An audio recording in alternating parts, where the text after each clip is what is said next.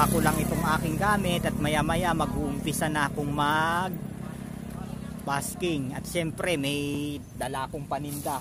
Baka may gustong bumili rito, chicharon. Aba, marami palang tao. Marami pala, tingnan natin. May nagtitinda rin ng fishbowl pala rito. Ay, ito pala yung dati ng klase yan.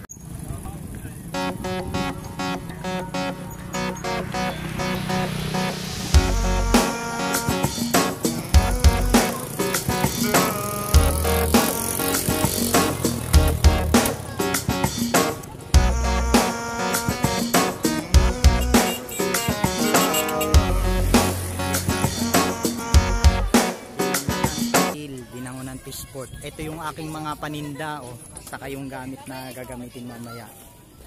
Siyempre, sinisip ko na ayo, pati yung aking sasakyan. Aha. Sige. May mga bata pa dun sa tuktok nung nung rooftop nasa ibabaw dun. May umakyat pa kitang kita. Naku po, Diyos me, paano kung makakapagsimula nito? Maambon na. Tikat nababasa tuloy itong aking sasakyan. Sige.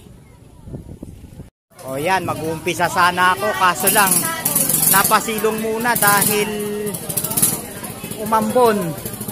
Maya maya lang ng konti. Napasilong kami rito sa isang bubungan ngayon. Ayan, ang dami tuloy mga pati yung mga nakabike. Pati yung si kuya na nagtitinda rin. Dami rin pati mga bata ngayon dito. Ay, kumaway patuloy. Kaya nga mali ata yung pagka-video mo nito. Pati yung si nagtitinda ng quick sumilong din. Kasi umulan dahil kasi sa ambon Hindi po yata yung nakikita ko rin. Yan, may dumadaang bangka Yan, tama-tama tumigil na yung ambon. Sige, mag-start at mag-set na po tayo. Sige, mamaya na lang. Okay. Nagliligpit na po kami. Tama-tama. At least kahit paano talagang nakabenta rin ako kahit papaano. Nagliligpit na siyempre. At may mga namamasyal pa rin kahit mga ganitong oras. Ayan si ate. Yan. Saka yung kitang-kita rin yung ilaw na yun Ayan may padaong pa na bangka.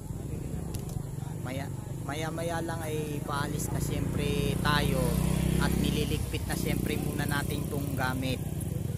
At sa susunod naman uli na punta natin dito. Bye!